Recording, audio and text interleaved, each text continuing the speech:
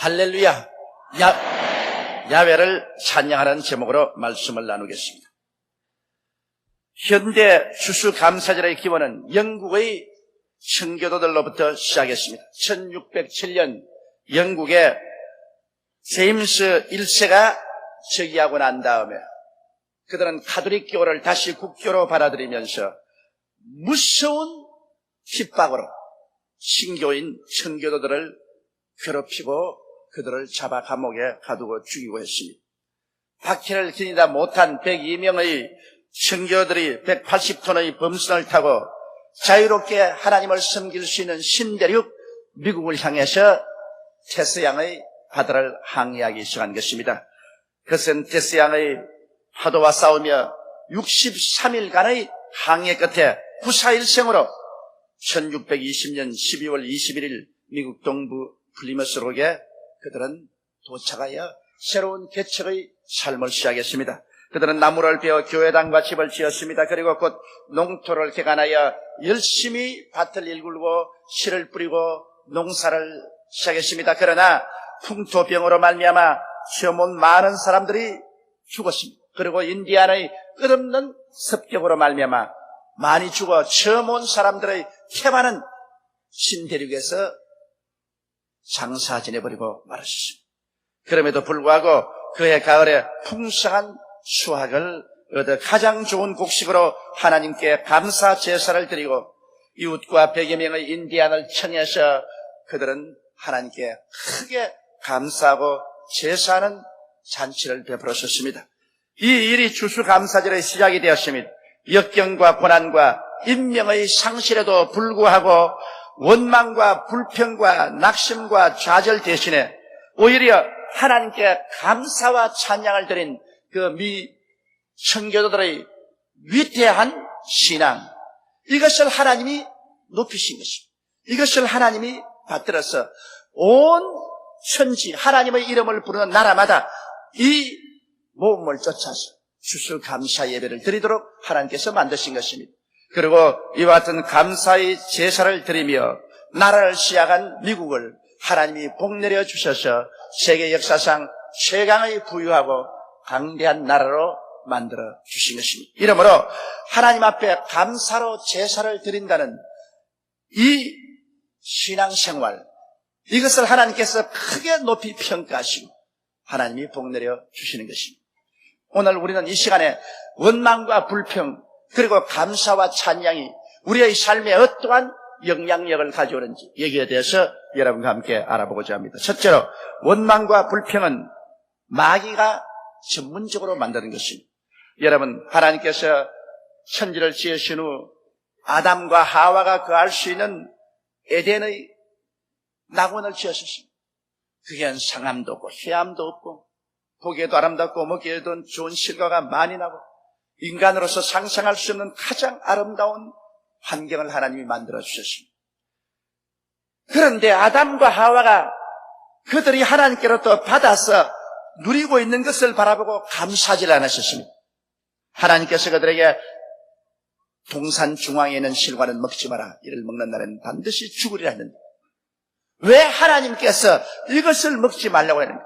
거기에 대한 마음의 불평을 가지고 있습니다. 이것을 노린 사탄이 뱀의 형상으로 와서 그들을 꾀했습니다. 하나님이 정말 동산에 있는 실과 모든 다 먹지 말라고 하더냐.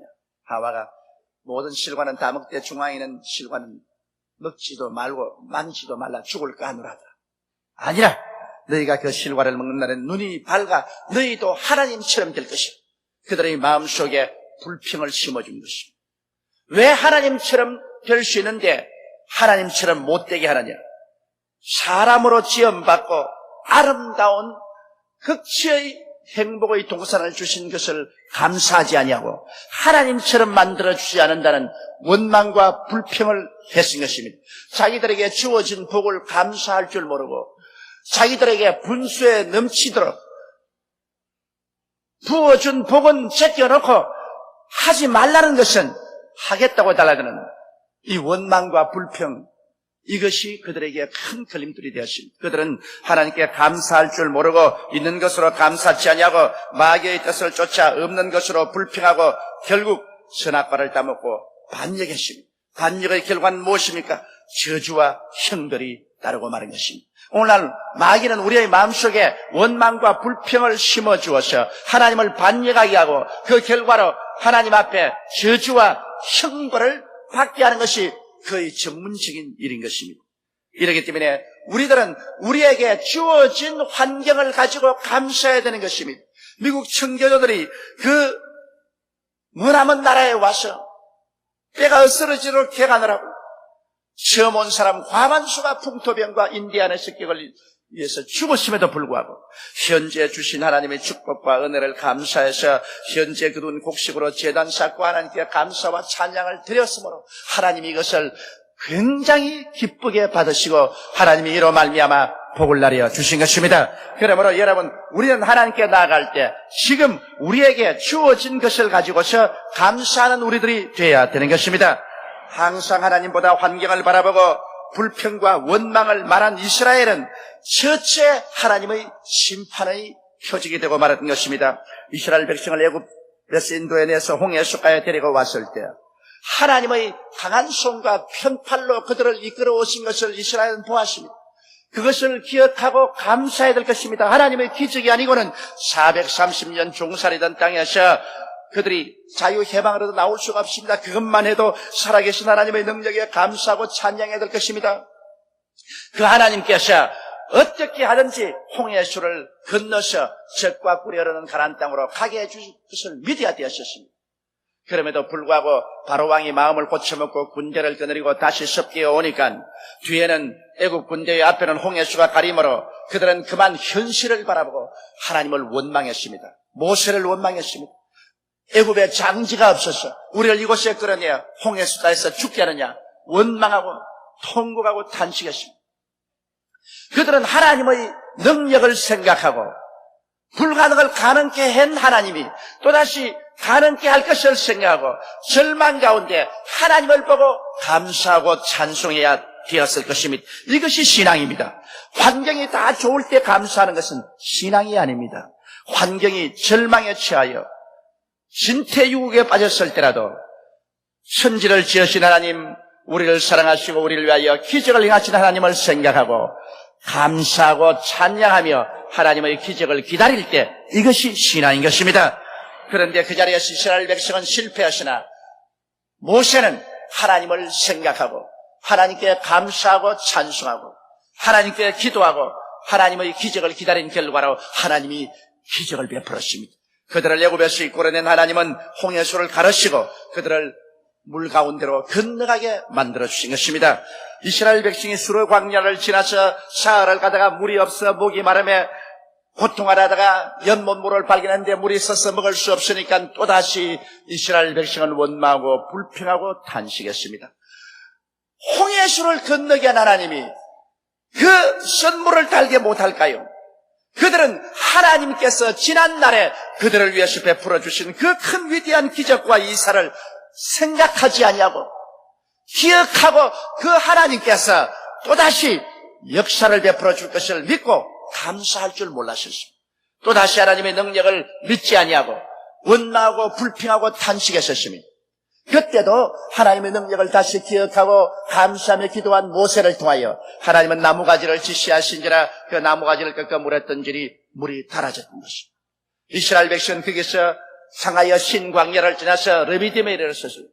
또다시 물이 없다고 원망했습니다. 온 백성이 두 다리를 뻗고 통곡을 하고 탄식을 하고 물이 없다고 고함을 치고 우리를 광야에 끌어내어 죽이느냐고 했었습니다.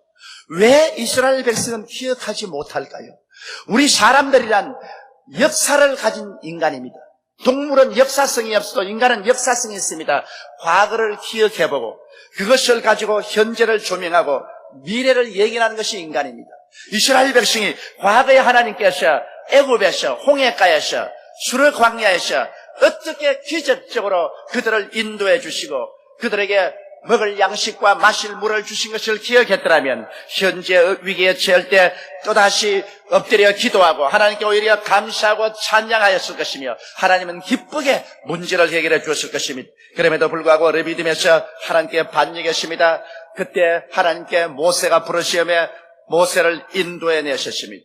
이래서 모세가 바위를 치매 바위에서 물이 쏟아져 나왔습니다. 상상할 수 없는 기적입니다. 바위가 물을 토해냈었습니다. 이런 기적을 행하시는 분이 하나님이신 것입니다. 이 하나님을 기억하고 있어야 되는 것입니다. 오늘 우리들도 성경을 읽을 때 근성으로 읽어서는 안 됩니다. 과거에 하나님이 행하신 모든 역사는 오늘날 우리에게 교훈으로 주신 것입니다. 그 하나님은 어제나 오늘이나 영원토록 변하지 않는다는 것을 보여주는 것입니다. 그 하나님을 기억하고 우리가 기도하고 감사하고 찬양하면 오늘 또 하나님이 기적을 행해 주시는 것입니다. 이스라엘은 기어코 가데스 바네아에 왔을 때 모세가 12 정탐꾼을 택하여서 가나안 땅을 40일 동안 정탐하고 오게 했는데 정탐하고 돌아온 정탐꾼 중 10명은 원망과 불평과 탄식을 사람들에게 심어주었습니다. 우리가 가본 땅은 박한 땅이요, 사람을 삼키는 땅이라 그곳에 성벽은 높고 주민은 네피림의 후손 아낙 자손 거대한 사람들이야. 우리가 들어갈 수도 없고 들어가면 우리 처자가 포로로 잡힐 것이니 우리는 망했다고 했습니다. 원망과 불평을 심어주었습니다. 그러자 온 백성이 모두 다 마음이 물을 쏟아진 것까지 땅을 치고 통곡하고 하나님과 모세를 원망하고 장관을 세워서 애굽으로 돌아가자고 그들은 말한 것입니다. 그러자 하나님이 영광 가운데 나타나서 그 10사람을 그 자리에서 죽여버립니다. 그 원망과 불평과 탄식을 말하고 하나님의 과거에 행하신 위대한 기사와 이적을 기억하지 아니하고 어떠한 역경 중에도 하나님은 불가능을 가능케 하는 그 하나님의 능력을 믿지 않은 사람들을 광야로 회진시켜 40년 동안 광야에서 방황하여 다 죽어 그 뼈가 태양에 바래게 하셨습니다. 그리고 오직 하나님께 감사하고 찬양하며 하나님의 기사와 이적을 기억하고 하나님께서 그 능력으로 문제를 해결할 것을 믿은 여호수아와 갈렙과 그를 따르는 후손들을 이끌어서 가나안 땅으로 데리고 들어간 것입니다. 이러므로 성도 여러분, 원망과 불평은 마귀가 전문적으로 하는 것을 알아야 되는 것입니다. 그렇기 때문에 우리는 항상 하나님 말씀을 읽고 또 우리의 과거 신앙을 기억하고 과거 하나님 말씀 속에서 우리의 경험 속에서 옳은 팔의 능력으로 우리를 위해서 일해주신 하나님의 능력을 기억하고 역경을 당할 때 원망과 불평하지 말고 감사와 찬양을 통해서 엎드려 기도하는 여러분 되시기를 주의 이름으로 축원합니다.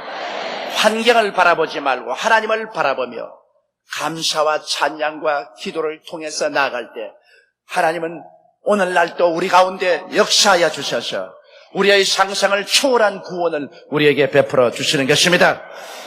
둘째로 원망과 불평과 감사와 찬양이 우리의 삶의 전반적인 태도에 어떠한 영향을 미치는지 우리는 오늘 깊이 살펴보고 우리의 삶의 태도를 바꿔야 됩니다. 여러분, 부정적인 마음의 태도, 즉 원망과 불평은 우리의 마음속에 모든 것을 부정적인 태도로 돌아가게 만들어준 것입니다. 모든 것을 부정적으로 바라보면 곧장 할 수 없다 인생이 되어버리고 마는 것입니다. 정부도 부정적으로 보고 경제도 사회도 현재도 미래도 다 부정적으로 보고 못한다 안 된다 할 수 없다면 그 다음 온전히 그 인격이 할 수 없다 인생이 되어버리고 마는 것입니다. 사람이 모든 것을 할 수 없다고 생각을 하게 된다면 그 다음에는 무능력해지고 무책임한 사람이 되고 패배적인 인간이 되어버리고 마는 것입니다. 그러나 우리가 감사하고 찬양하면은 곧장 우리의 마음속에 긍정적인 태도를 가져옵니다. 긍정적인 태도는 할 수 있다 생각을 우리 마음속에 이렇게 줍니다. 긍정적인 태도로 모든 것을 보면 할 수 있다, 할 수 있고 말고 할 수 있다 태도를 가지면 창조적인 삶과 질서 있고 책임 있는 삶을 만들어내는 것입니다. 예수님께서 광야에 나갔을 때를 기억하십시오. 베세다 광야는 아무것도 없는 풀밭이었습니다. 그곳에 남자만 5,000명, 부녀자 90,000명이 나와서 예수님의 말씀을 들었습니다. 오후가 되어 해그름이 되자 배가 고팠습니다. 예수님께서는 배가 고파 풀밭에 누워있는 사람들을 바라보고 빌립을 불러서 저들에게 먹을 것을 주라고 말하셨습니다. 성경은 밝히 말하기를 예수님께서는 어떻게 하실 것을 다 알고 빌립을 시험해 본다고 말했습니다. 하나님은 어떻게 하실 것을 다 알고 계십니다. 우리의 생애 가운데 어떤 일이 다가와도 하나님은 어떻게 하실 것을 이미 다 알고 계시는 것입니다. 그러나 우리의 태도를 시험해 보십니다. 부정적인 태도를 가진 것입니다. 긍정적인 태도를 가진 것입니다. 할 수 없다 생각을 가지고 있는 것이냐, 할 수 있다 생각을 가진 것이냐, 이걸 시험해 보시는 것입니다. 시험에 합격한 자만이 하나님이 사용하시는 것입니다. 여기에 빌립은 불평을 가졌습니다. 그는 그 마음속에 이 광야에 돈도 없고 날은 저물어 가는데 무엇 때문에 먹이라고 말씀하시는가? 그 마음속에 불평과 짜증이 있으니까 그는 할 수 없다 생각으로 꽉 들어찼습니다. 그래서 빌립이 예수께 나와서 하는 말은 주여 먹일 수가 없습니다. 이곳은 광야요. 조금씩 먹이더라도 200데나리나 되는 돈이 필요할 것입니다. 돈도 없고 떡공장도 없고 먹일 시간도 없으니 흩어 보내어서 자기들이 먹을 것을 구하는 것이 좋을 것입니다. 불평과 짜증은 부정적인 인간을 만들고 할 수 없다 인간을 만들고 결국 예수 그리스도가 사용할 수 없는 인간으로 만들어버리고 마는 것입니다. 그러나 안드레는 고맙게 생각했습니다. 이 광야에서 이 많은 사람이 배가 고파 있는데 예수님이 먹을 것을 주라고 하는 것을 보게 될 때 이 감사하지 않느냐. 예수님께서 이 많은 사람을 불쌍히 여기시자 먹는 것까지 관심을 가지시니 참 감사하다. 그러니 무언가 먹일 수가 있을 것이다. 할 수 있다. 그런 감사한 생각으로 나오니까 할 수 있다 생각이 꽉 들어찼습니다. 그래서 보리떡 5개와 물고기 2마리를 찾아낸 것입니다. 할 수 있다고 생각 안 했으면 그 많은 군족을 헤매고 돌아다니면서 보리떡 5개와 물고기 2마리 가진 어린아이를 찾을 수가 없을 것입니다. 그는 할 수 있다 생각을 가지고 그 보리떡 5개와 물고기 2마리를 주님 앞에 나오니까 주님께서 할 수 있다 생각을 가진 이 안드레를 기쁘게 받아들여서 안드레와 함께 주님이 일하시며 보리떡 5개와 물고기 2마리가 기적을 발생하여 그 광야에 있는 수많은 사람들이 다 배불리 먹고 12번이나 남게 하고 영원히 기록에 남겨놓게 된 것입니다.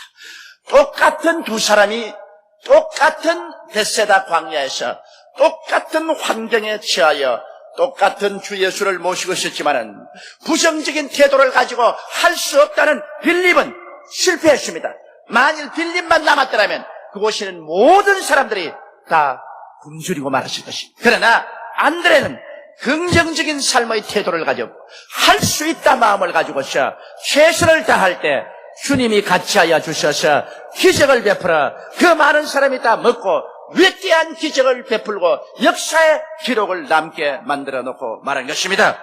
이러므로 사랑하는 성도 여러분, 여러분은 부정적인 태도를 가지고 할 수 없다 인생을 살지 마십시오. 그러면 여러분은 이 광야 같은 세상에서 예수님께 버림받고 맙니다. 그러나 긍정적인 태도로 할 수 있다 이 생각으로 최선을 다하면 주님이 같이 하셔서 축복하여 주시는 것입니다. 주님은 하늘 보좌에만 앉아있다고 생각하지 마십시오. 광야에도 주님이 계십니다. 이 광야 같은 세상에 우리 주님께서 우리와 같이 계시는 것입니다. 황량한 생활 환경에 처했다고 해서 나 혼자 남았다고 말하지 마십시오. 다윗은 말하기를 내가 비록 사망의 음침한 골짜기로 다닐지라도 해를 두려워하지 않을 것은 주께서 나와 함께 하심이라. 주의 지팡이와 막대기가 나를 안위하시나이다. 사망의 음침한 골짜기에도 주님은 같이 하셔서 인도하시고 기적을 베풀어 주시는 우리 주님이신 것입니다. 그리고 원망과 불평과 감사와 찬양이 우리의 가슴 속에 어떠한 환경을 만드는가 우리는 생각해 봐야 되는 것입니다. 원망과 불평은 꿈과 희망을 죽여버리고 마는 것입니다. 꿈을 잃고 희망을 잃으면 인간은 될 대로 되라고 말하는 것입니다. 그리고 완전히 종말 현상을 일으키는 것입니다. 마귀는 언제나 우리의 마음속에 원망과 불평을 가져와서 희망을 빼앗아버리고 꿈을 빼앗아버리고 종말적인 현상을 일으키려고 하는 것입니다. 사람에게 가장 필요한 것이 꿈과 희망입니다. 사람이 어떠한 역경에 처해도 꿈과 희망이 있으면 그 고난을 참고 살아갈 수가 있습니다. 그러나 꿈과 희망을 그 가슴 속에서 빼앗아버리면 사람은 파멸됩니다. 인간의 모든 능력은 다 파멸되고 마는 것입니다. 개인의 가슴 속에도 꿈을 주어야 돼요. 원망과 불평은 바로 우리의 가슴 속에 꿈과 희망을 빼앗아버립니다. 원망과 불평하는 그 사람 당사자에게 꿈과 희망을 빼앗고 원망과 불평을 듣고 있는 사람의 가슴 속에 꿈과 희망을 빼앗아버립니다. 그러나 감사와 찬송은 꿈과 희망을 심어주는 것입니다. 꿈과 희망은 놀라운 힘과 용기를 갖다 줍니다. 여러분 보십시오. 75세가 된 아브라함을 보십시오. 75세면 은퇴하고도 남음이 있습니다. 이제는 손주들과 같이 놀 나이입니다. 그러나 그 마음속에 하나님이 꿈과 희망을 심어줬습니다. 아브라함에게 나타나서 뭐라고 말했습니까? 아브라함아, 내 전토 친척 아비 집을 떠나 내가 내게 지시할 땅으로 가라. 그러면 내가 너로 큰 민족을 이루고 너를 창대케 하여 너에게 복주는 자는 복주고 너를 저주하는 자는 저주하리니 온 세계가 너로 말미암아 복을 받을 것이다. 75세 된 그 메마른 가슴에 하나님이 꿈과 희망을 심어주니까 아브라함은 그 길로 일어나셔 그는 가나안 땅에 새로운 삶을 시작할 수가 있었습니다. 80이 된 모세는 이제 자기가 생각해도 다 끝났다고 생각했습니다. 그는 허리가 굽어지고 머리는 백발이 되고 눈도 침침했습니다. 정열도 사라지고 용기도 없었습니다. 그런데 호렙산 가시는 굴 가운데 불꽃이 붙기 시작하고 그 가운데서 하나님의 음성을 들었습니다. 그가 하나님의 음성을 듣고 하나님으로 말미암아 그 마음속에 꿈이 심어지고 환상이 심어지고 희망이 심어지자 80 노인이 완전히 새 사람이 되어버리고 마는 것입니다. 그의 몸이 늙은 것도 개의치 않았습니다. 그런 마음의 정열이 식은 것도 개의치 않았습니다. 꿈과 희망이 심어지자 그는 지팡이 하나 짚고 애굽으로 건너가서 40청춘에 이르지 못한 이스라엘 독립을 이루었습니다. 바로 왕과 싸워서 300만 이스라엘을 건져내어 광야를 지나 가나안 땅으로까지 이끄는 이스라엘의 위대한 종교요 정치적인 지도자가 된 것입니다. 사람이란 나이 젊고 나이 많은 것이 문제가 아니라 그 마음 가운데 꿈과 희망이 있느냐 없느냐 이것이 가장 중요한 것입니다. 꿈과 희망이 없으면 젊어도 이미 백발이 성성한 노인이 되어버리고 말한 것입니다. 그러나 아무리 나이 늙어도 그 마음속에 꿈과 소망이 있으면 그는 결코 늙지 않았었습니다. 육신의 연령이 우리의 연령이 되지는 않습니다. 이렇기 때문에 감사와 찬양을 통해서 성령이 우리 마음속에 끊임없이 꿈과 환상을 심어주게 하십시오. 성령은 오늘날 또 늙은이에게는 꿈을, 젊은이에게는 환상을 심어주는 것입니다. 나 원망과 불평을 하면 사탄이 와서 우리 마음속에는 꿈과 희망을 다 빼앗아버리고 우리를 파멸시키는 것입니다. 이렇기 때문에 우리는 모든 일에 감사와 찬양을 통해서 성령의 역사를 받아들여야 되고 성령이 계시면 우리의 가슴 속에 끊임없이 꿈과 환상을 심어주는 것입니다. 그리고 감사와 찬양과 원망과 불평은 신앙의 길과 불신앙의 길을 갈라놓는 것입니다. 원망과 불평은 하나님보다 부정적인 환경을 바라보게 함으로 신앙을 빼앗아가버리고 마는 것입니다. 늘 이것도 안 좋습니다. 저것도 안 좋습니다. 환경을 바라보고 원망하려 하면 하나님은 온데간데 없어져 버리고 오직 파멸만 눈에 보이는 것입니다. 그러나 눈에는 아무 증거 안 보이고 귀에는 아무 소리 안 들리고 손에는 아무 잡히는 없고 내 앞길 캄캄하여 칠흑 같을지라도 천지를 지으신 하나님, 인간의 운명과 환경을 좌우하신 하나님을 바라보고 감사하고 찬송하고 나가면 그 마음속에 신앙이 솟구쳐 올라오기 시작하는 것입니다. 감사와 찬양은 신앙을 솟구쳐 올리는 선구자적 역할을 하는 것입니다. 이렇기 때문에 우리 의인은 신앙으로 말미암아 살아야 됩니다. 예수 믿는 사람들은 하나님을 삶의 자원으로 삼고 살아야 되는 것입니다. 인간과 그 환경을 자원으로 삼고 살지 않습니다. 하나님을 삶의 자원으로 삼고 삽니다. 그 나라와 그 일을 먼저 구하라. 그러면 이 모든 것을 너희에게 두하시라고 말씀하신 것입니다. 하나님이 여러분과 나의 삶의 자원이 있는 것입니다. 이렇기 때문에 언제나 하나님께 나아가는 자는 감사와 찬양으로 하나님께 나가 있는 것입니다. 원망과 불평으로는 하나님께 나갈 수 없습니다. 그는 마귀에게로 나아가고 마는 것입니다. 바울과 실라가 빌립보 감옥에 갇혔을 때 그 환경을 바라보았더라면 원망하고 불평하고 탄식하고 파멸될 것입니다. 그 어둡고 캄캄하고 벌레들이 기어올라오는 그 환경에서 그들은 기도하고 하나님께 감사와 찬양을 드렸습니다. 그러자 하나님이 얼마나 감동했던지 빌립보 옥틀을 뒤에 흔들고 그들의 모든 착오가 풀리고 감방문이 열리게 만들어버리고 말한 것입니다. 오직 감사와 찬양은 하나님의 능력을 가지고 와서 우리를 자유케 해버리고 마는 것입니다. 이렇기 때문에 성경에는 감사로 제사를 드리는 자가 나를 영화롭게 하노니 그 경외를 옳게 하는 자에게 하나님의 구원으로 보이리라고 말씀하신 것입니다. 감사와 찬양과 하나님의 구원은 함께 연결된 줄인 것입니다. 우리는 그러므로 이 추수감사 때뿐 아니라 우리는 1년 내내 하나님을 향해서 감사와 찬양을 부르며 하나님과 동행하고 기적을 창조하며 살아가는 여러분이 되시기를 주의 이름으로 축원합니다. 우리 다 같이 고개 숙여 기도드리겠습니다. 사랑이 많으시고 거룩하신 아버지 하나님, 진리의 하나님께서 변치 아니하시고 늘 우리와 같이 계시며 우리의 환경 가운데서 기적을 베풀어 주심을 감사합니다.